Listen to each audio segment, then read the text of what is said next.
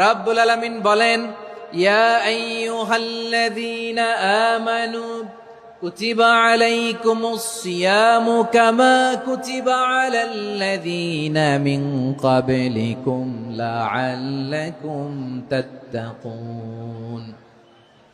আল্লাহ বলেন, ও বিশ্বাসীরা শোনো শোনো, তোমাদের জন্য সিয়ামকে ফরজ করা হয়েছে, ঠিক যেমন ভাবে তোমাদের পূর্ববর্তী উম্মতদের উপরও সিয়ামকে ফরজ করা হয়েছিল, লাআল্লাকুম তাত্তাকুন, যাতে করে তোমরা সবাই মুত্তাকি হতে পারো।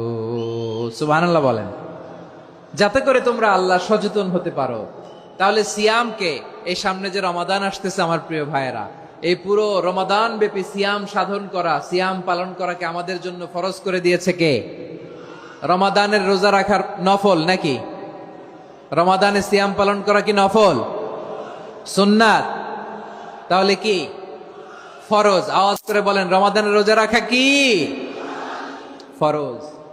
এটা শুধু আমাদের উপরই ফরজ না, আমাদের আগে যত জাতিগোষ্ঠী এই পৃথিবীতে এসছে সবার উপরে সিয়াম পালনকে ফরজ করেছে কে? সবার উপরে আল্লাহ তাআলা সিয়াম পালনকে ফরজ করেছিলেন। তবে ধরনটা ভিন্ন ছিল, এক এক জাতিগোষ্ঠীর জন্য এক এক ধরনের ছিল। আমাদের জন্য সিয়াম ফরজ টানা 1 মাস 30 দিন বা 29 দিন। কোন কোন উম্মতের উপর 30 দিন না, মাত্র 3টা রোজা ফরজ ছিল। কয়টা? আওয়াজ করে বলেন। আপনাদের কি মনোযোগ আছে না গেছে? মনোযোগ আছে? তাকবীর পড়েন তো, লিল্লাহে তাকবীর। আমাদের 1 মাস সিয়াম ফরজ। পূর্ববর্তী অনেক উম্মতের উপর 1 মাস ছিল না, 3টা ফরজ ছিল। কয়টা? প্রতি মাসের 13, 14, 15 ফরজ ছিল তাদের জন্য। কারো জন্য শুধু একটা, আশুরার রোজা। কোন কোন উম্মতের জন্য 10টা।